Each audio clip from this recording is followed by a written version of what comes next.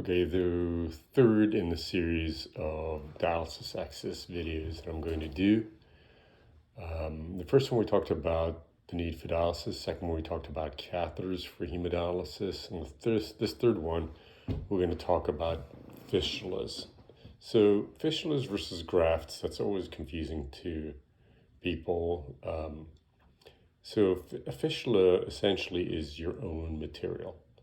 There's no plastic or foreign material placed in you for fistulas, whereas a graft is prosthetic material, and I'll talk about grafts at a later date. Generally speaking, for dialysis, you want to use your own material, your own veins, if possible. So why? Because if we have a good fistula developed for you, it tends to last longer, and it tends to have a lesser risk for infection, last longer as in less risk for the fistula clotting. But like anything else, like any piece of plumbing, you need a good kind of criteria or setup for these to work. So again, think of this stuff as like a circuit. It's plumbing in a circuit. When we create a fistula for you, we sew a vein onto an artery. So veins normally take blood flow back towards your heart, generally speaking. Veins take blood flow back towards your heart. Arteries bring them out of your heart to the body. And so why do we do that? Well, a vein is a low pressure system. It's a low, you cut a vein, you just kind of ooze out. You cut an artery, you pump out, right? You cut a vein, you just ooze out, veins that aren't under a bunch of pressure. And so in order to dialyze, you need to take blood out of your system, put it through the kidney machine, and then put it back into your system. Now, a vein is a low pressure system. So if I stick a vein and I try and pull blood out quickly to put it through the kidney machine, well, that vein's just going to collapse because it's a low pressure system. So we have to hook it up to a artery to develop a high pressure system so that the vein will tolerate being stuck and having blood drawn out of it quickly in order to put it through the kidney machine. And so that's the whole point of a fistula, is to develop a system or a circuit that you can use over and over again for dialysis. So there's different areas of the body that we can create veins. Really, the procedure itself, the surgery, is really not a very stressful deal, but I think the important point of this is your best shot at a long-term good fistula is your first shot, generally speaking. So you need to see somebody who's really interested in this stuff. People who are not good at this stuff or don't have any interest in it really don't serve anybody by doing these procedures.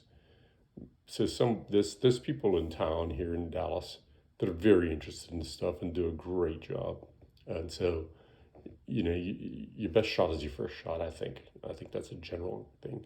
So the way we do things is you come in, we examine you, and we kind of go through everything. But we also try and map your veins. What does that mean? We look with an ultrasound material. We look at an ultrasound to look at your veins and make sure they're of adequate quality. I'm not going to kind of get into the specifics of the sizes and all that stuff, but generally speaking, you want a nice quality vein to create a dialysis access. Why? Because if the veins are poor quality, it really won't work well for you and clot or not develop well. And so we scan your veins and look. And so the sites that we look, my veins have collapsed today. But generally speaking, at your wrist, that's one area here. The cephalic vein at your wrist is an area that we use a lot. And so if this vein is of adequate quality, this is just generally the primary vein that we like to use. We take that vein and we sew it onto your pulse. So you're moving the cephalic vein to your radial artery. That's cephalic vein to radial artery anastomosis. That's what we used to call a seminofistula, CIMINO. And that's an inch and a half little incision at your wrist. Again, not a deep structure, not a real painful procedure to go through. It takes about 45 minutes to do. You can go home the same day. People tell you not to lift weights and exercise and stuff. Generally speaking, I tell people, look, once you get over the soreness of the procedure, go back to normal. You can lift weights. I don't have any problems with that.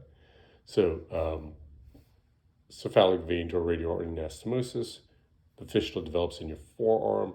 the cephalic vein here is in your forearm. It develops with time, gets bigger and thicker. That takes about 6 to 8 weeks to get ready to use. So that's why we have you coming way ahead of time so we can develop this for you. The other site that we use is the upper arm cephalic vein. That's the one of your bicep muscle. We make an incision here. If this vein is not of good quality, we go here, move it, and sew it onto the pulse at your elbow crease, the upper arm cephalic vein to brachial artery fistula. Works fantastic. The cephalic vein here goes all the way up here and drains into the axillary vein or your armpit vein up here. So this is the other alternative that we use. And then the third alternative is this, we'll call it a basilic vein. This is a much deeper structure.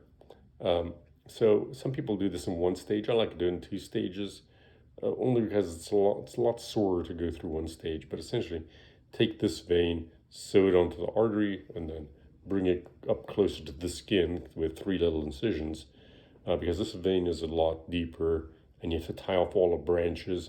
You bring it right underneath the skin. You don't want to leave it too deep, because otherwise they'll have trouble accessing it. And that's how they dialyze you, right? They stick you with a needle to pull blood out, put it through the kidney machine, and then put it back in again. Stick you again to put it back in. So cephalic vein at the wrist, cephalic vein at the elbow crease, basilic vein here. Those are the 3 veins. Those are surgical procedures that we do. Again, not a real stressful operation, not a deep structure, not a very painful deal to go through.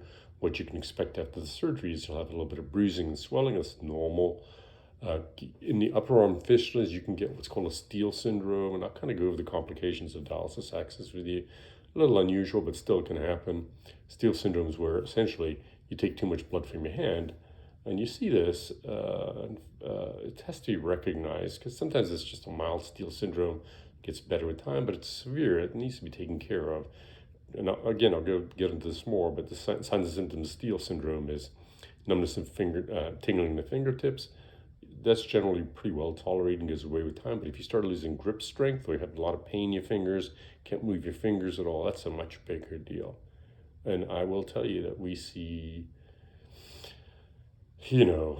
maybe 5 to 10 Steele syndromes that are not recognized. The problem with the Steele syndrome is if it lasts too long, you lose permanent strength in your hand. So you get the benediction hand, what's called benediction hand, where your hand is locked in this situation, and depending on what the nerve is that's involved, or the claw hand. So we want to be careful of that. So that's the fistula in your arm. Works really great, really well tolerated. It needs maintenance, follow-up. I like to follow my patients up a lifetime, because there's certain things you need to look for. Again, we'll talk about the problems with dialysis access at a later discussion. The other thing I should mention is percutaneous fistulas. So there's people doing this very nicely.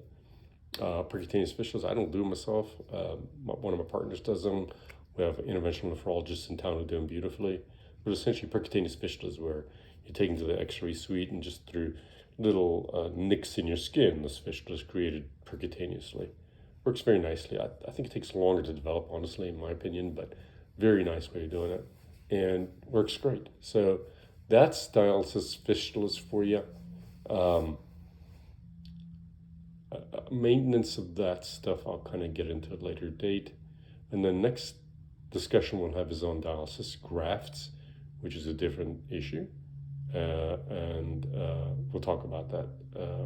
Some of the potential complications of dialysis access that we need to look for, and also what to look for in surveillance, because that's really important to keep these things going. You want to keep them going as long as humanly possible. I wish I could tell you that you have one dialysis access and you're done. You're not going to have any more. That's not true. You're going to have problems sometimes with these things. Sometimes the last year, sometimes the last 6 months. So you need regular surveillance follow-up for these things. But we'll get into that at a later date. If you have any questions or comments, please feel free.